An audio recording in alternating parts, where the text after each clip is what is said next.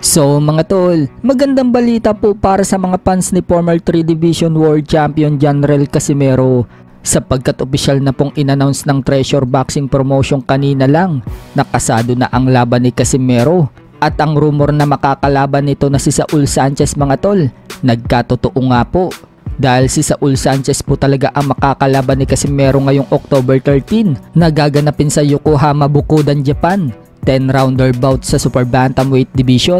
Mula Bantamweight Division mga tol, aakyat ng Super Bantamweight itong si Saul Sanchez. Ang kagandahan pa dyan mga tol, maglalaban sa undercard ang dalawang nakalaban ni Casimero na si Yukinori Ugoni versus Pilipos Nitumboa. Co-main event naman dyan mga tol si Vince Paras versus former world champion Hiroto Kyogochi.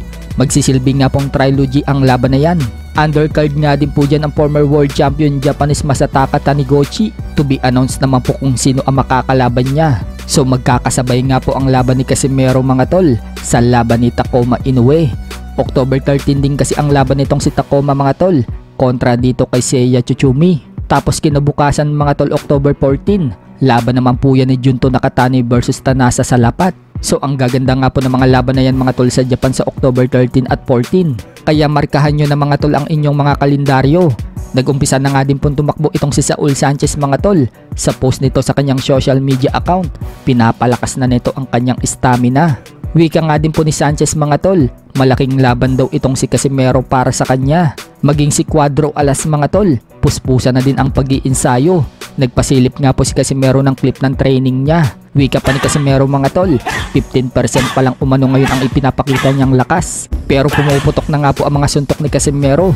Banta pa ni Casimero mga tol kay Saul Sanchez, kabahan na daw ito. Sa kabilang banda naman mga tol, kasado na nga din po ang rematch sa pagitan ni Kazuto Ioka versus Fernando Martinez na maggaganap sa Japan sa December 31. Kung matatandaan mga tol, tinalo ni Martinez itong si Kazuto Ioka nito lang July sa pamamagitan ng unanimous decision, kung saan na-unified ni Martinez ang WBA at IBF Super Flyweight belt. Maganda nga po ang naging laban nila mga tol, talagang umaatikabong bakbakan. Kaya nagkaroon niya ng rematch. Makabawi kaya itong si Kazuto Ioka mga tol kay Martinez? Ano sa tingin nyo mga tol? Sa iba pang balita mga tol, ang pinagkukuhanan nga po ng info at mga record ng mga boxer, ang website ng BoxRec.